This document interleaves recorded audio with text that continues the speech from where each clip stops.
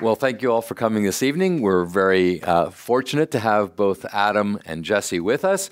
The good news is that Adam is someone who is familiar with broadcast and knows how to entertain you, so I'm going to count on him to really make this an enjoyable evening. And the second bit of good news is that his new book is really a very optimistic look at what can be a very dire situation in our world, which is the transformation of our economy.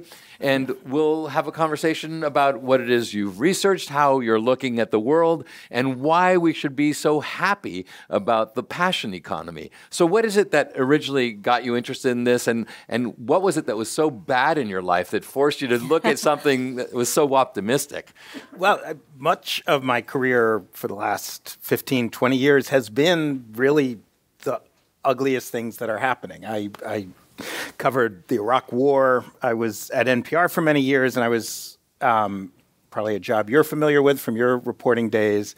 I was one of those people who was, whenever there's a crisis in the world, I would go cover it. The tsunami in Indonesia, Hurricane Katrina, the Haiti earthquake, various conflagrations all over the world. And so much, and then when I was running Planet Money, we were covering the financial crisis, and then rising economic inequality. And of the last 2 years, everything's been really great, I've noticed. And at the New Yorker, my job was covering the Trump organization, the company, which is like a tsunami, and which is like a tsunami and Hurricane Katrina, and so that has been much of my work. But throughout all that, I would note these moments where I would come across positive stories, things that were bucking the trend, that at a time when so many people felt so despairing, so afraid of their immediate prospects, of the global prospects, that there were these happy stories. And at first it was sort of a curiosity. When I was at the New York Times Magazine, I would write a column here or there when I came across them because they were a nice break. But over time, I came to see it as a flip side of the same story, that we are going through, I think, not just me, a lot of people think, a massive transformation of how the economy works in a fundamental way, sort of on the scale of going from agriculture to industry. It's a huge transformation. In fact, we had a program here not too long ago with a guy named Richard Baldwin who talked about the globotics upheaval. So he really described what's going on as an upheaval. It is an upheaval. Yes. And I thought of when you hear about how people responded when America went from agrarian to industrial, from the 1880s to the 1910s, 1920s. For so many people, it just seemed awful. And it was the collapse of traditional family structures. Women were wearing pants. It was a total, there was a real sense of crisis. And over time, we built institutions, we built an understanding of how one might thrive in this new economy. And of course, living standards rose wildly dramatically for pretty much all population. Nobody's as poor as the average American was. In fact, the average American in 1890 was poorer, considerably poorer than the average of sub-Saharan African is today. We were a very poor country by contrast. And I think we're going through something similar, where all the rules have changed, the institutions have changed, the winners and losers have changed, and that is very disruptive and very painful. But it also creates opportunity for people who understand the new rules. So that was my attempt at saying, okay, here's what I think is going on. Here's a bunch of people who I think have figured out pieces of this. So I definitely am not on the everything's going to be great for everyone bandwagon, or don't worry, everything's fine. I still, have deep despair about a lot of things. But I also think it's generally things are never as good as the best moments when we think everything's great, and things are never as terrible as the worst moments.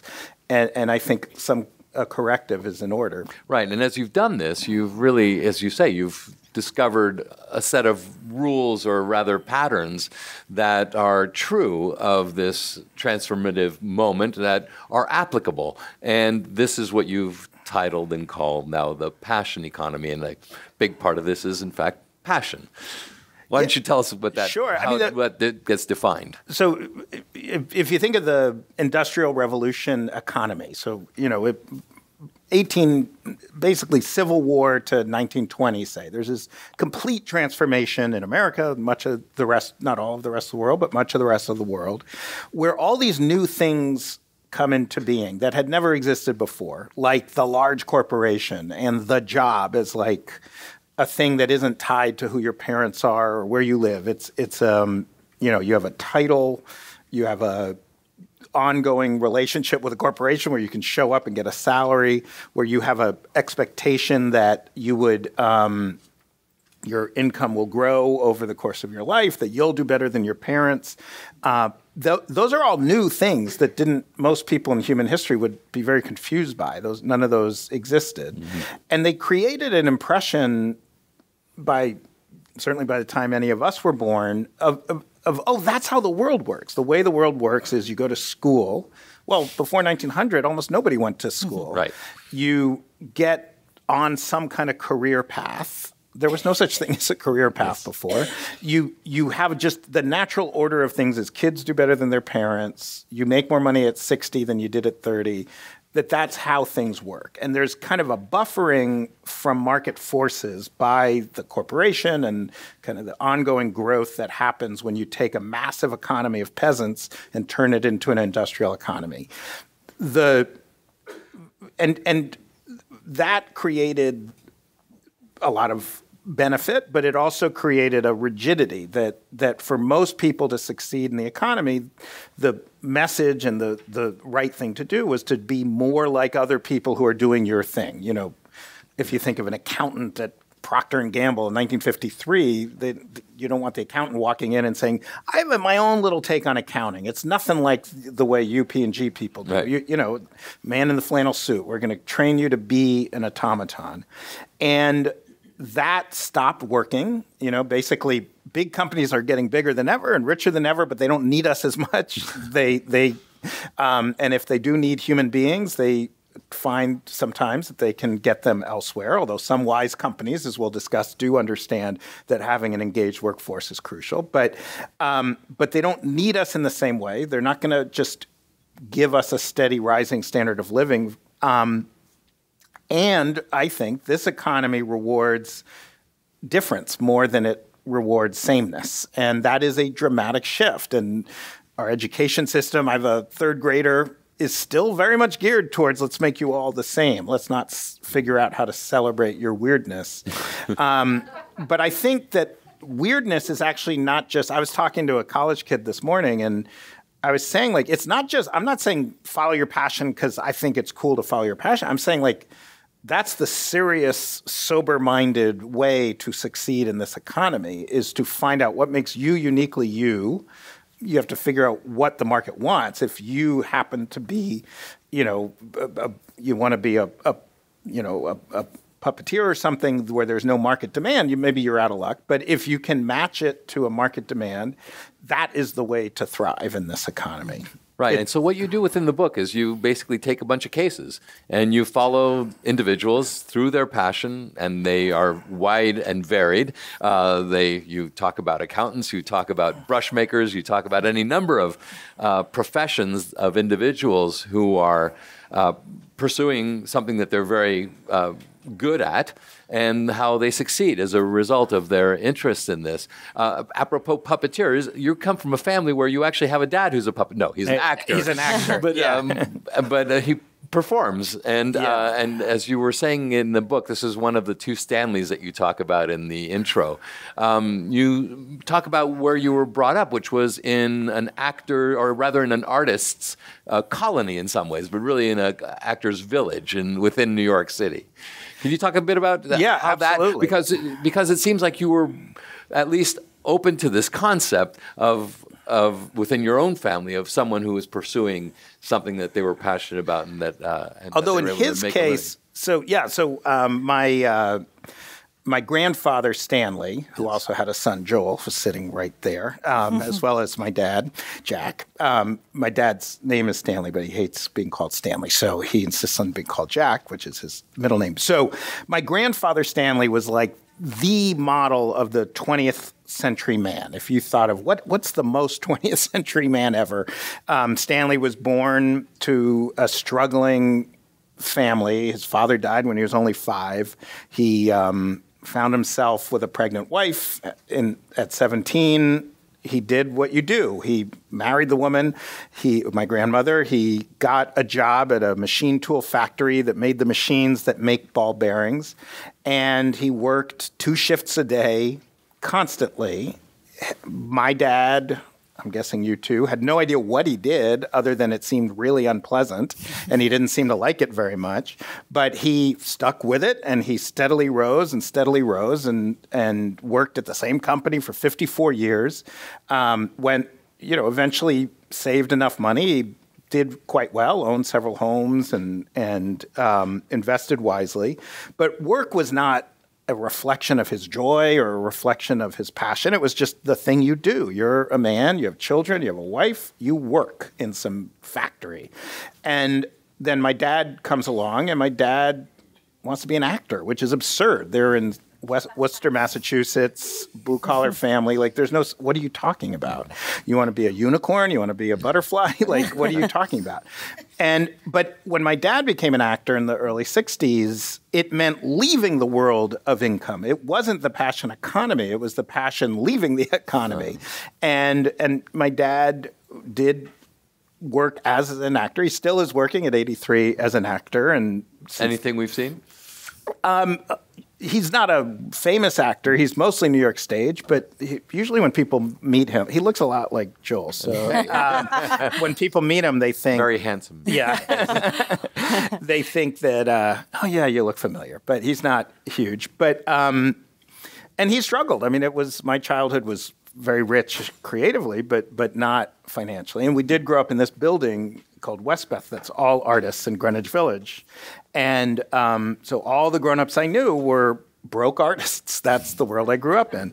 And that's also a 20th century story, that following your passion means leaving wealth, leaving business. And in fact, the world I grew up in was contemptuous of people who pursued money and pursued financial security over passion. My argument in the book, though, is that now you can have both more than really, I think, at least at scale, any large group of people in human history, that it's possible now to have some passion. It doesn't mean any passion. It doesn't mean you get to do whatever you want. But there are many, many people who are able to harness their passion and connect it to people around the world, because the same forces that ripped apart the 20th century economy, global trade, the internet, automation, soon AI, outsourcing, also allow you to find customers all over the world, even if those customers are very thinly spread, very hard to reach. But if you have some weird passion in a previous economy, it would be very hard to do business because almost all business was done very locally.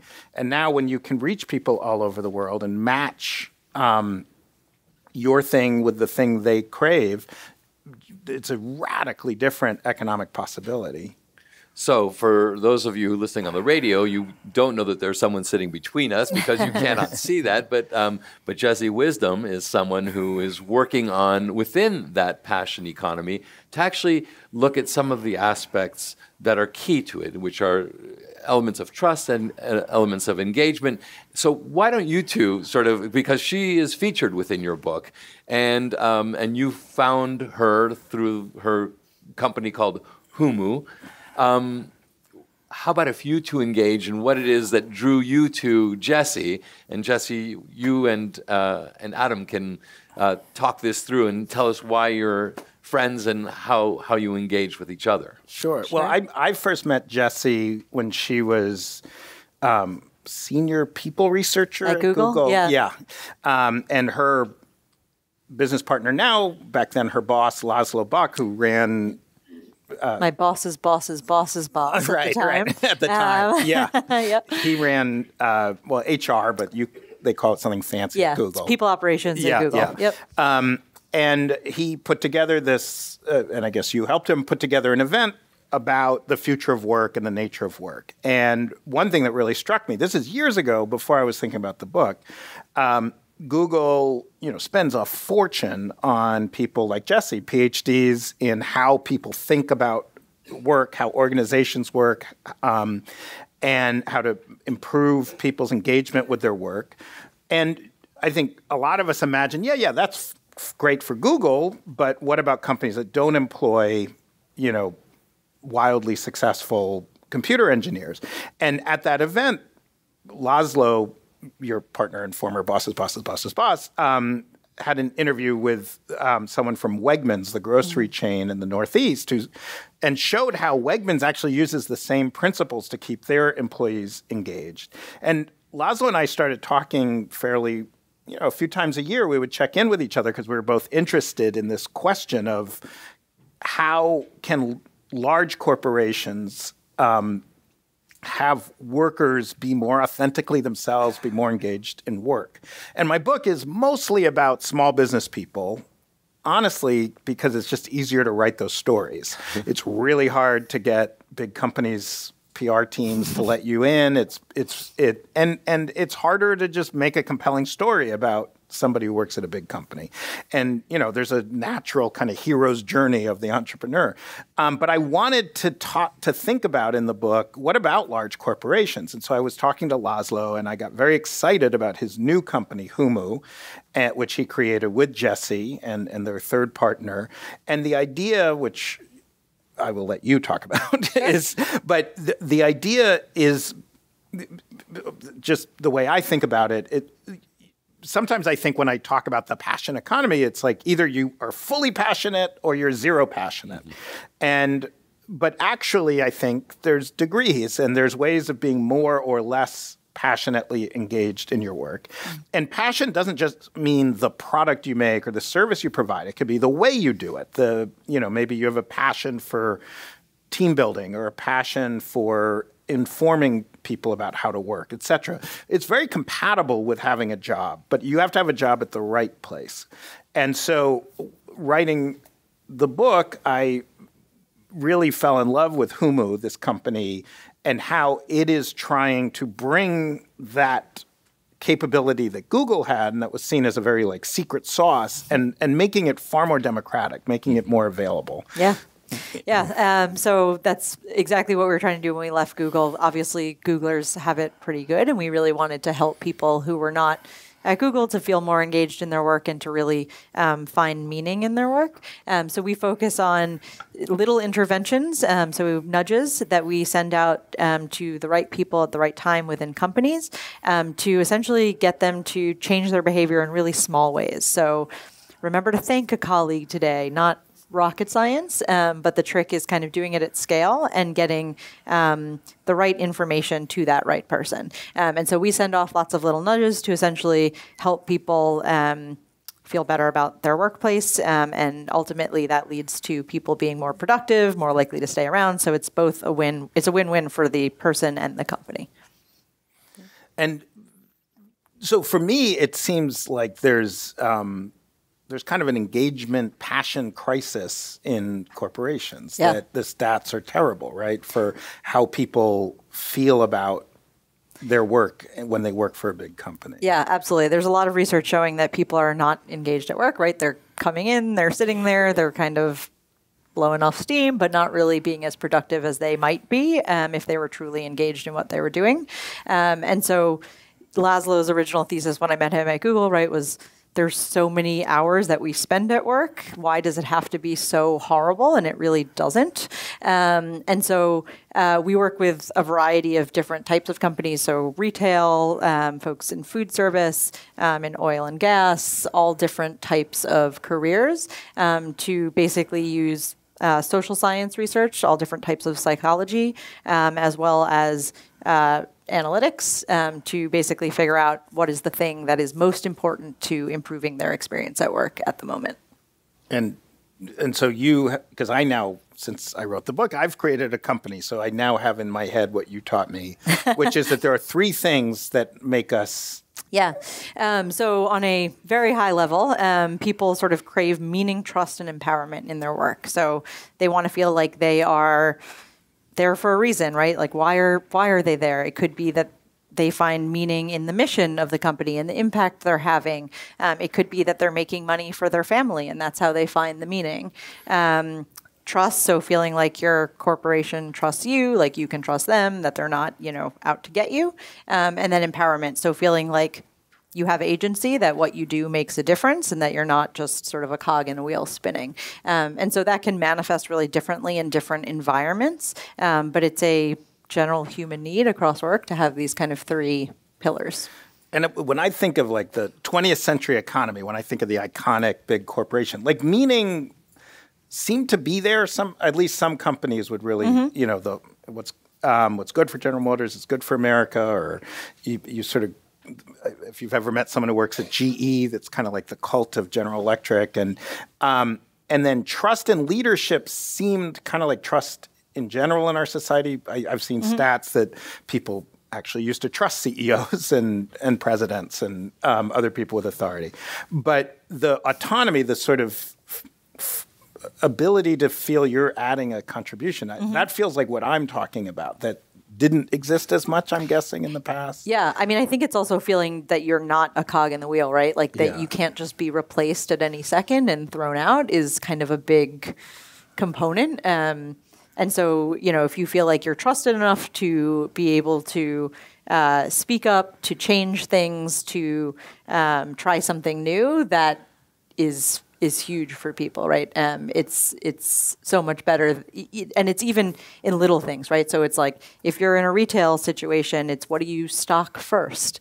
Just small things can make a really big difference. So are some of these, we're in this organization called the World Affairs Organization. And so as you look at these, is there a universality to these three particular topics, or are there unique cultural aspects that don't translate well across the world? There are definitely some unique cultural components, and certainly how people respond to these types of things in surveys can be somewhat different across the world. But we generally find that across the different cultures that we've been in thus far, in the different environments of different types of work, these three things are very universal. They're what people want to find in their work and in the thing that they're spending all their time doing. And as you look at the passion economy, is this also something, because the examples you use within the book are in the United States, and we'll talk a bit about some of the cases as well, but are you, and I'm approaching this, Adam, because I know you've spent so much time overseas and with so many cultures, both in pleasant and in unpleasant circumstances, and have gotten to know human nature across the world and how it manifests itself in different cultures. Are you finding that some of the rules for the 21st century in the passion economy are also translating across the board? I mean, would you, it may be a bit difficult to talk about Iraq, for instance, and how do you enter into a passion economy when survival oftentimes is really the thing that's first and foremost in one's daily life and concern in daily life. Although looking back, I realized many of the ideas in the book, I spent a year in Iraq, the first year of the U.S. occupation there.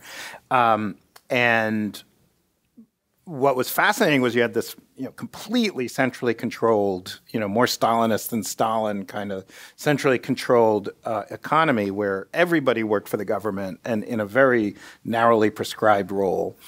And then suddenly there were no rules and no government. And I actually believe the Iraqis showed unbelievable restraint, that if America had no police force, no government, no electricity, no rule of law, I don't know if it would have taken a year for America to be violent. And the violence came from a very small and specific group of people. I mean, I found Iraqis incredibly resilient, in part because they did have this pre-existing tribal structure that turned out to be really helpful when the modern structure, which was relatively young in Iraq, fell apart. But I noted, there were some people who couldn't change, couldn't shift. I remember going to this shoe factory, and the shoe factory general manager, just everyone in the factory was just sitting and not doing anything. And I said, "Why aren't you making shoes?" And he said, "Well, we're waiting for a fax from the Ministry of Industry." because that's how the Saddam regime worked. There'd be some guy at the Ministry of Industry who would say, okay, we need this many shoes. And the fax wasn't coming. Now, I had been to the Ministry of Industry. It was a hollowed out shell. It was one of those buildings that was destroyed by the smart bomb where the walls are standing, but there's nothing inside. And there's no fax coming from the Ministry of Industry. And that metaphor of sitting in the shoe factory waiting for a fax from the non-existent Ministry of Industry, I liken to a lot of what we have today. Like a lot of us are waiting for that fax and it's not going to come. But then you would see like rising entrepreneurship. It was kind of amazing. I mean, one example that's relevant to Silicon Valley is Saddam was obviously a terrible leader, but he would get enthusiastic about something. So he was really into women getting advanced education for whatever reason. So Iraq has unbelievable, I mean, I think considerably more women PhDs than men. And at some point he decided, I want a lot of computer science PhDs. And so there was tons of computer science PhDs, but there's obviously no like software industry or anything for them to do. And so there was this huge explosion of small computer shops, different internet businesses. I remember a friend saying, I have more ways of connecting to the internet here than I do at home in New York. This is unbelievable. But my biggest lesson from spending time in the Middle East is that the issues Jesse talked about, the issues I'm talking about, are actually wildly more acute in much of the rest of the world. That I remember a professor in college telling me the central problem of civilization is what do you do with adolescent males? That they just left alone without meaning and purpose are going to do a lot of bad stuff.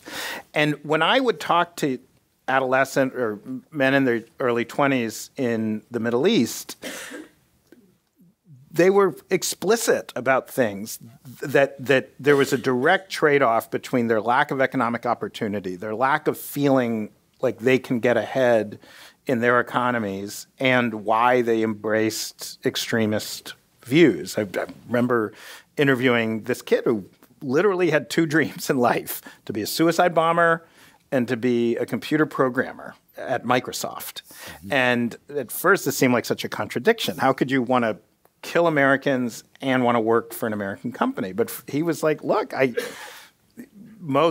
many Arab societies are very elite driven. So if you're the idiot kid of the right with the right name, you're going to succeed more than the brilliant kid with the wrong name. And he was one of those brilliant kids with the wrong name, and he just felt he couldn't succeed. He had a job in computers, but he was kept from actually thriving. Luckily, I'm still in touch with him. He is thriving. He doesn't want to be a suicide bomber anymore. He's a wonderful guy.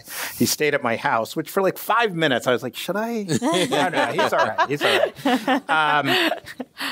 And I don't want to overstate it, but I think when you look at the various nationalisms we're experiencing, I mean, those are not the politics of a population that sees widely shared economic growth as something a large number of people have access to is not this politics. This kind of zero-sum, angry, jealous, anti-immigration, anti-neighbor, anti-trade economics is an inward-looking, jealous economics where you're not feeling engaged, you're not feeling passion at work. And so I do, like in America, it's sort of you could add a few percentage points to your profit for the third quarter if you increase engagement by this far. But in much of the rest of the world, I think these are vital life and death questions. Right. We always take questions from the audience, and clearly someone recognizes that I didn't touch on one of the more important aspects of your book, which is giving us examples of some of the new jobs in the new passion economy that did not exist 30 years ago. So if you would, and then maybe if there's a way for you to talk about how to Jesse, could employ some of your tools to enhance what perhaps Adam will talk about. Sure.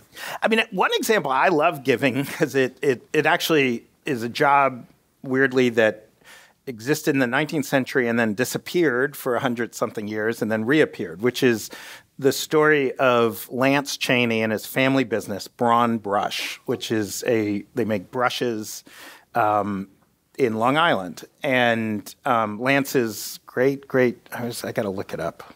I haven't read the book yet, but no, I'm just kidding. I have read it, but I can't remember. It's great or great-great-great-grandfather Emanuel Braun was an immigrant from Germany, and he had this terrible job of cleaning milk bottles that had been returned. And he just had a rag, and it was terrible and stinky. And he, as a young man, invented this cool brush. And by the way, brushes are a new invention. I did not know this till I wrote the book. The hairbrush, patented in the 1890s by an African-American teenage girl.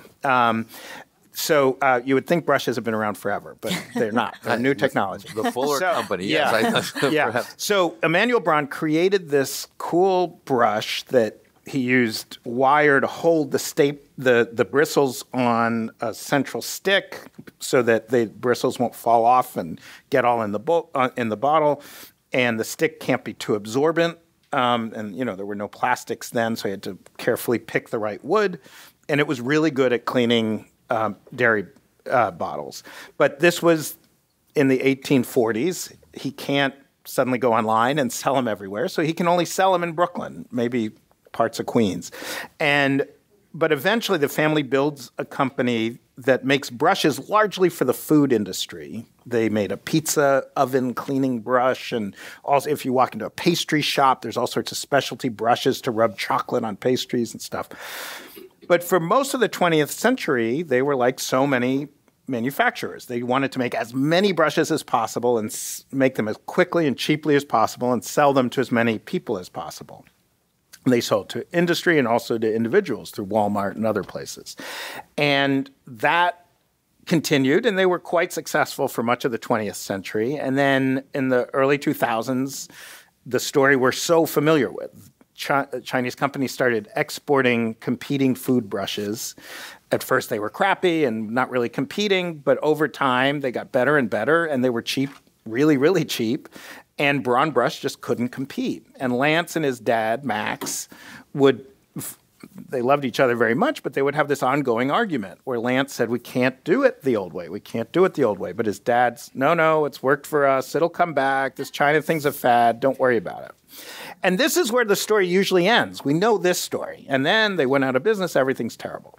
But actually what happened, sadly, Max passed away, and Lance took over the company. And he decided right away, I'm not selling any brushes that someone else is making. I'm just done with it. And I'm not going to sell to Walmart. That drove his dad crazy, the very suggestion. They're a number one customer. And Max said, I'm only going to make brushes that are solving someone's problem today. And he went on this journey that he's still on over 10 years ago of finding brush-related problems. Now, you might think there aren't any, but it turns out there are a lot of brush-related problems. His first big success, he learned about a nuclear power plant that had this big problem where there was metal staples sloshing around in the coolant, the liquid coolant, which, that's pretty terrifying. And it turned out it was because they were using a certain brush to clean pipes when they were inspecting them. So he actually designed a brush a lot like the one his great-great-grandfather designed that had no staples, so there was nothing to fall off. And when you create something that adds safety, he told me it costs $12 in material, but he can charge any number. And so he sells them for $6,000 a brush. The Pentagon. Yeah, they're now standard at nuclear power plants all over the United States. He created a brush that's on Mars. The Mars rover has this really tiny brush that comes out and cleans a rock when the Mars rover does whatever it does to rocks. Very specialty. It has to be very light, very durable. And he's constantly coming up with new brush-related solutions. In fact, at one point, he's like, I keep hearing about Google and Facebook. I want to get in on that. And they think, what do they want with brushes? I'm sure they have janitors, but Mark Zuckerberg's not sitting there going, what brush solutions? But he created these beautiful brush tiles that you can create a very beautiful kind of textured display. And a lot of Silicon Valley headquarters, you'll see Lance's brush textiles behind him. But they're basically just a colored broom standing. And that I love that story but now because it's not the 1840s, he's able to sell all over the world. And he's able to find a problem that 18 people on Earth have, but they really have that problem, and they're willing to pay a fortune to solve that problem. And so he's been growing at 20% plus every year. He's dramatically bigger, and more than anything, he's just giddy to go to work. It's just really fun. He has no idea what his bestseller for 2020 will be. It's, he doesn't know what problems he's going to solve. And the other thing I like about it is it's such a simple thing. I mean, a brush is some kind of bristle, some kind of handle, some kind of thing to hold them together, glue, staples, whatever. And Lance really knows those three things really, really well, but they're not, this isn't a genius. This is not some, Sergey Brin who figured out something no one else on Earth could ever figure out. This is stuff any one of us could choose to be experts in that.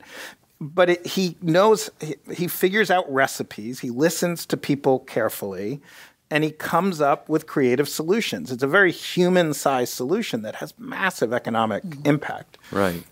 I'll go to another question here, and then maybe we can get you in here. Someone asks, this is Sabina in the audience, asks, how does remote work contribute to the passion economy? And I guess related to that is the question of the importance of community and having a society around you of like-minded individuals who are passionate and who want to work together towards a common mission. If you are working remotely, how do you square that with the passion economy? Well, I certainly don't have to tell people in San Francisco and people in New York that there's sort of a seeming paradox, which is, I graduated college in 92, and the message that I was receiving is none of us are going to work in an office. We're just all going to be off doing whatever we want, remoting in. And it turns out that proximity is even more valuable in this economy than it was previously. And I don't know if any of you have heard, housing prices are quite high in the Bay Area and in New York. And that's because it turns out it matters a lot that people just brush up against each other and have random interactions. And I'd say, in a sense, the passion economy, like a more boring way to say it, is the matching economy, where what you're doing is you're matching your own uniqueness with with specific people spread around the world who have unique demands that match the unique thing you can offer. And matching, people tell me, it always seems like it's 3 years ahead or 5 years ahead. It's like virtual reality. It's one of these things that's always just 5 years from being perfected. But certainly for me, the recommendation engines on Amazon and Netflix they haven't figured me out, even though I've consumed a lot of media through them. And so matching in person in kind of chaotic groups just seems to be much better, at least so far, than digital matching. So I'm fairly skeptical of remote work personally. Now, I would guess it has a negative impact on engagement at work? It doesn't always. There's actually a lot of evidence showing that people who work from home are often more productive, and there are things that you need to do to sort of bring them into the fold and to create that sense of community. So, meeting originally for the first time before you're remote is a good way, right? You can set up at Humu. We have a whole bunch of folks who are remote, and we think really carefully about the experience that they're having at work and how we can make that better. And so we set up lots of things like daily stand-ups where the entire company gets together and just shares kind of what they're working on. And that brings in those same people. So I think there's ways to create community around remote workers, but it certainly is easier in person. Right. And having that sense of community is crucial. Yeah, that whether exactly. It's digital or, And they get to interact with each other in some ways. Do you, within your organization, set it up so that those who wouldn't have a face-to-face experience have some level of interaction? Yeah, we do bring people in, of course, all the time to just spend some time at headquarters and get to know people. But we really encourage those sort of personal connections that people can make, because that's what really gets them to feel drawn in, to feel part of the community. It strengthens the work that they're going to do when they're actually remote, because they know who to talk to. They know that they can lean on a certain person to help them. So we definitely create those opportunities, but I think there's a lot of ways to help remote workers as well. And certainly in the situation we're in, where prices are going up and all that, it does seem to be moving in that direction quite a bit. What might you suggest for, say, two workers who are not working on similar projects but are working under the same umbrella of an organization and who have, are in disparate parts of the country or maybe just not close enough to have a cup of coffee? How do you get them, or do you get them to engage with each other and interact? Absolutely. We do lots of really silly things at Humu that we often draw from, fourth grade classrooms because it works on adults as well. But it's, things like after our all hands every 2 weeks, we have team sort of activities where people do a little gratitude exercise or something like that, or build something. And we have people on remote get together as one group, work together. And so they get the same sort of group experience as everyone else. Okay. Someone in the audience named Katie talks about the examples that you gave, in particular, Adam, in other countries. And she says, however, in the United States, participation in the passion economy is often a privilege for the highly educated and or wealthy. How can we pursue a passion economy ensuring equitable opportunities and access?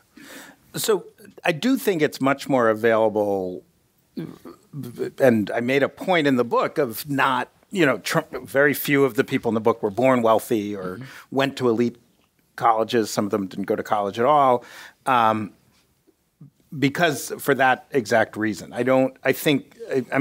Certainly it seems to me having a safety net of some sort, so some family structure which doesn't mean your family happens to be millionaires. It just means you kind of have a sense that, obviously if you're living paycheck to paycheck and you're truly needing to earn enough income to survive, I don't think it's realistic that you're going to be able to take risks. And obviously, having gone to an elite school or having a wealthy family, and there are privileges. Obviously, privileges are very, very real, and I do think there are public policy choices. There are things we can do to make it more equitable. Just one obvious thing is our health insurance system is ridiculous. Obviously, it's the idea that you have to choose between leaving a job and risking not having health coverage for your family to pursue your dreams is an absurd public policy situation.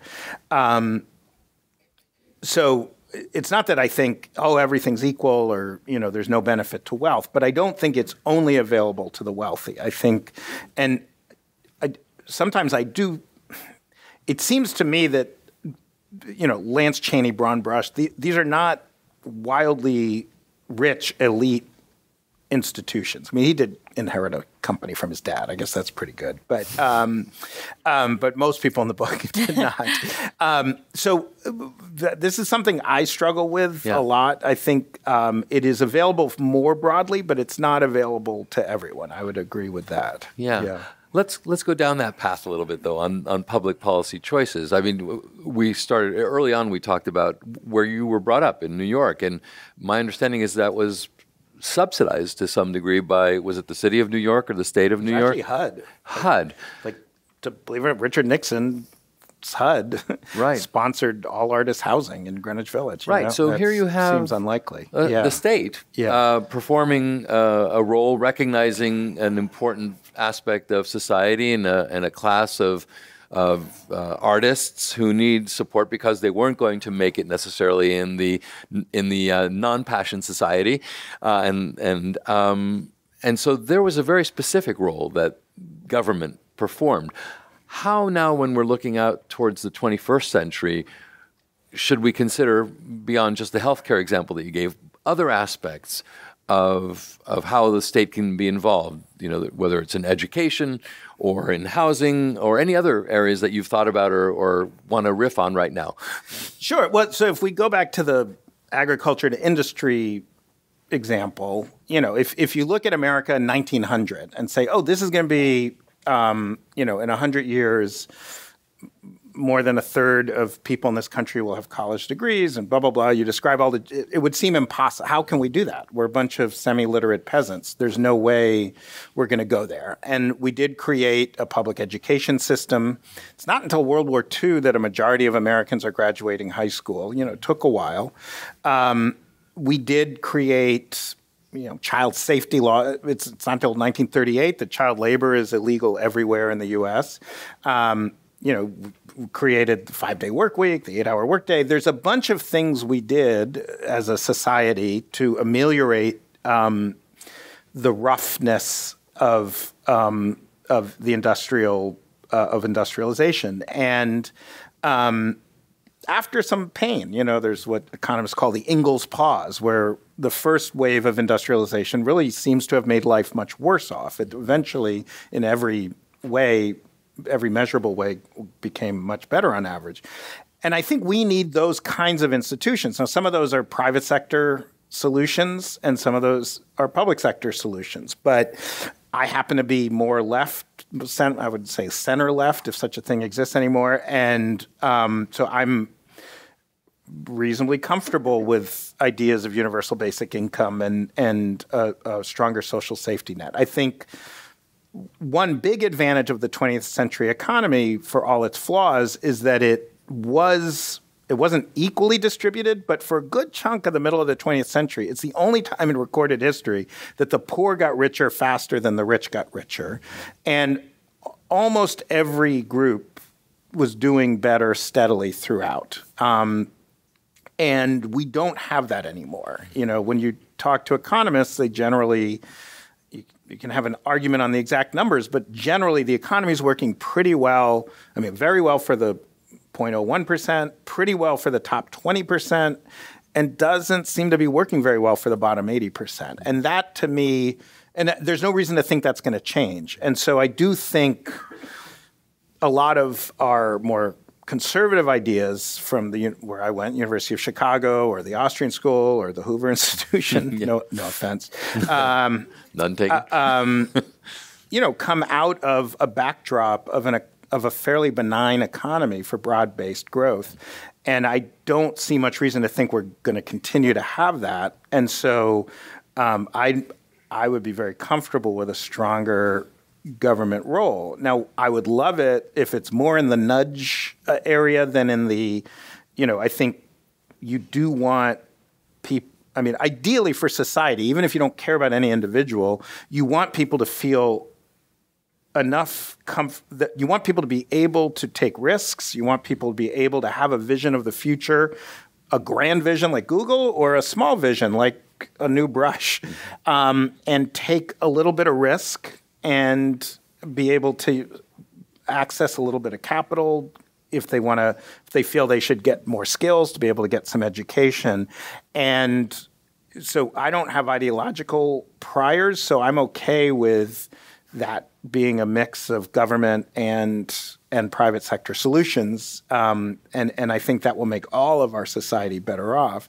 That's how I see it. Obviously, right now, it doesn't seem likely that we're going to have any major changes in public policy, and what changes we do have, in my view, are exactly the opposite of what we need. Mm-hmm. But I would say, broadly speaking, these kinds of changes are multi-generational. They don't happen in a month or an election cycle. They happen over generations. And my most optimistic is what we're seeing with Trump and other things is kind of a panicky gasp from a part of our society that just can't deal with this change, but that eventually we will deal with the change. There are other parts of the world, though, where, in fact, some of these safety nets are quite firmly in place and where guarantees for employment and the like exist. Healthcare is covered. Really, some would refer to it as nanny states. Do you see those types of societies as being restrictive in terms of those who are going to need to engage in this passion economy? Are they going to have a deficit because of the lack of risk taking in general that is encouraged in those societies, or maybe it's not discouraged? I think the health insurance being tied to your work is a good metaphor or good model of what can be bad. So when there's a bundle of benefits that are tied all together, so if as long as you have a job at this company, you get this bundle of things, then you're not going to see people leaving those jobs and trying new things. And so, we are not seeing much dynamism, much innovation in the German economy, in the French economy, in the Japanese economy, certainly not the Spanish or, there's pockets in Italy, but not most of Italy. And so I think incentives matter. I think the world Jesse comes out of, which is the world of behavioral economics, teaches us that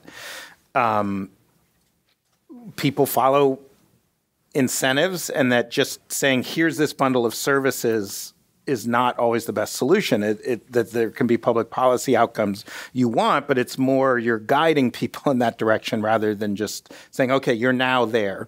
So yes, I don't think anyone has the right set of services.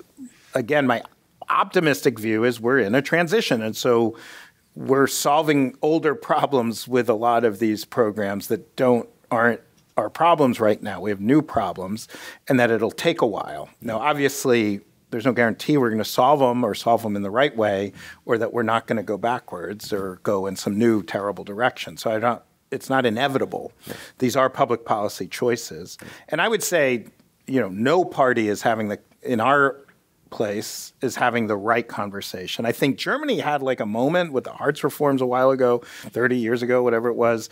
There's been various conversations in Europe, but they're not,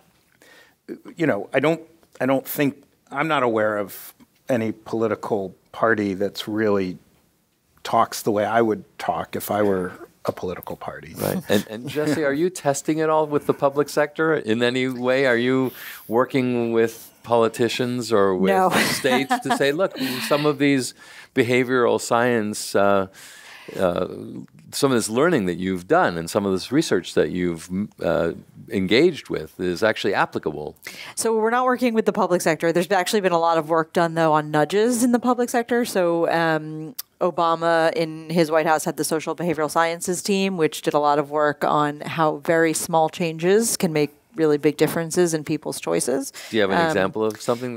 So one of them was they found that so there was research that showed that if you get people to sign at the top of a form before they actually fill out the form to say they were honest, they will be more honest in subsequently filling out the form. Whereas if you have them sign at the end, it's done, they just sign. And so I can't remember, but it saved millions of tax dollars when they essentially just moved the signature up to the very top. Wow. So things like that. There's a lot of thanks, Obama. And the 401k example is the classic. There's a lot of work on sort of 401ks and how you can get people to contribute to those and continue to contribute to those over time. There's a great article by Richard Thaler, I think, on essentially how you can set up a 401k to opt people in, but then you just increase the contribution a little bit every time they get a pay raise so that they don't feel the hit of losing more money, but they're continually sort of upping how much they're putting in. And of course, you can opt out at any time. So that's the case with all nudges, is that it's not a mandate, it's not forced. You can always decide that you're going to do your own thing. Yeah, but you've already gamed the psychology of individuals, isn't that right? Well, there's new research coming out now that's showing that even if you tell people they're about to be nudged, so you tell people, I've set this up so you're more likely to pick this choice, doesn't make a difference. Okay. We'll go back to the audience, and one of the questions is, it seems like the younger generation has expectations that their job should realize their passion immediately. As a result, there is a lot of short-term job tenure with a lot of job changes. Doesn't realizing your passion take time, says someone who is not a millennial? Yeah, I mean, I think it takes a long time. I mean, I don't feel like I really personally identified my passion until I was in my 30s. A lot of the people in my book did not, I don't think of passion as like you're born with it and you have it and then, or you don't, and then you're screwed and forget it. In fact, it's such a precious resource that it is worth really tending to and spending time on and developing. And that might take all of your 20s and into your 30s. But that doesn't mean you sit around doing nothing. I mean, you work and you know, with this college kid today, the advice I gave him was, don't worry so much about what your first job out of college is, but do pay a lot of attention to what are the tasks that you're enjoying doing, what are the things you seem to be good at, what are people telling you you're good at, and just pay a lot of attention to that. No, I don't mind. I don't see anything wrong with short-term job tenure if you're gaining new experiences. I do think a big theme in the book is storytelling, that both a business needs to be able to tell its story well, and people need to be able to tell their story well. So if I'm hiring someone and they've had 14 jobs in 14 different career industries, you know, that's going to be an alarm bell. So if they can tell their story and how those 14 jobs led them to this moment where they really want to add value to my company and can do it uniquely well, that becomes an exciting story rather than a anxiety-provoking story. But this, to me, is a very big shift from the 20th century, where you're sort of on a track at 21, 22, and then, or 18 or 19, and then it's just a question of how far will you go on that track. And I think, you know, I wrote a big article in the New York Times Magazine about it. It might even be good if your kids come back home in their 20s because they're finding themselves. Now, this is not the 60s version where you go to India and you get high and get laid and come back and then become an investment banker. It does need to have, you have to be learning something. You have to be trying things, failing, trying something else, accumulating awareness. And this is the kind, I think we'll get the language. Like, you know, adolescence was an invention. You know, it came out, there's a book in 1904 that sort of created the concept of adolescence. Societies adjust by coming up with new words and new concepts that frame it. In a pre-industrial revolution economy, a 15-year-old is just a younger, less competent adult. But then we learned, in this economy, you need a period. The original definition of adolescence was that it went till you were 24. I'd say, maybe we can say it goes till you're 28 or 29, you know, and make that societally acceptable. Well, I've got a global question for you, and I'm not sure how you'll address this, which is why I get to ask it. It's how do you see the passion economy addressing urgent issues like climate change? So there are these global problems that we have, not just that are within our borders. How does this shift currently from this economy that you've described for the last hour and this transformation that's occurring? How does that then aid or hurt the urgent issues regarding our environment? Yeah, that's a tough one. I haven't been asked that before. That's why I get to ask. Yeah. I mean, I would say I'm not promising like passion economy means all problems are solved and I'll regain my hair and, you know, lose 30 pounds. And obviously, I don't mean to make light of climate change. It's such an overwhelming issue. It's hard to even think about how crucial it is. That one has me a little stumped. I don't have a glib answer to that. I think there's a new book by my friend Andrew McAfee, More with Less, that makes the point that others know that as societies get wealthier, they actually consume less in energy-intensive per unit of growth. So obviously we consume a lot more than our average sub-Saharan African or Indian person, but as we grow, we're actually decreasing the amount of stuff we use. And economic growth does not mean growing buildings or growing the amount of fossil fuels we use. For an economist, it's really just the amount of things we know how to do that bring us happiness. And so in that sense, if you think of the 20th century economy as making lots and lots of the same thing that's not right for anybody. So, I think of Ivory soap as the first mass-produced soap, and maybe one of the very first mass-produced products, consumer products. It's a crappy soap. It dries your skin out, There's a lot of stuff that is, when you have an economy that's built around one place, makes a ton of stuff, ships it all over the world, and then people end up buying it. There's just waste in that. But if you create just the right soap for a person, or, it's very possible to create the same level of happiness and level of consumer satisfaction with much less stuff. But that's the best I got off the top of my head. Well, look, we're going to open it up in a minute for the rest of the audience, but I guess I'd like to ask both Jesse and you this final question, because you've been alluding to it throughout the book and throughout your talk, which is, the happiness quotient in society, in your work, in your life. And usually a transformative period, and one where there's a great deal of displacement, creates a lot of anxiety in society and with individuals.